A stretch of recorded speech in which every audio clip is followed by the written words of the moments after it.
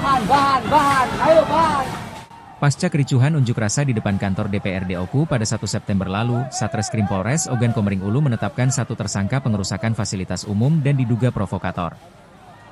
Pelaku berinisial S, 39 tahun, warga desa Bukraharjo, Lampung Timur, diamankan di Kecamatan Lubuk Raja, Oku, oleh tim gabungan.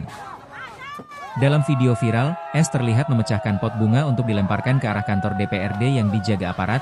Kerusakan meliputi kaca kantor, pintu gerbang, tiang pagar, atap bangunan, 14 pot bunga besar, dan satu kendaraan rantai polisi dengan kerugian mencapai puluhan juta rupiah.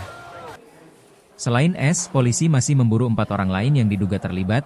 Polres Oku juga berjanji mendalami aktor di balik aksi anarkis ini.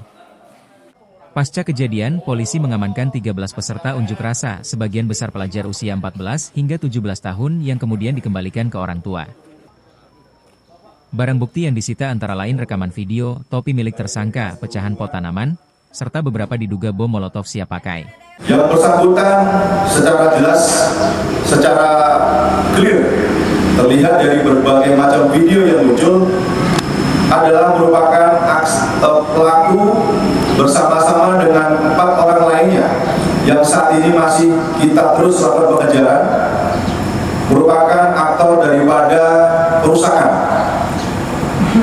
berbagai fasilitas umum yang ada di seputar kantor DPRD Kabupaten Oku, kemudian memecah pot-pot besar itu menjadi bagian-bagian kecil sehingga digunakan oleh masyarakat yang lain untuk melakukan aksi pelemparan dari luar pagar ke dalam pagar kantor DPRD Kabupaten Oku.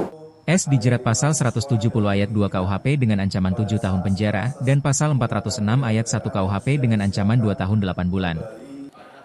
Dari Ogan Komering Ulu, Widori Agustino, AY News melaporkan.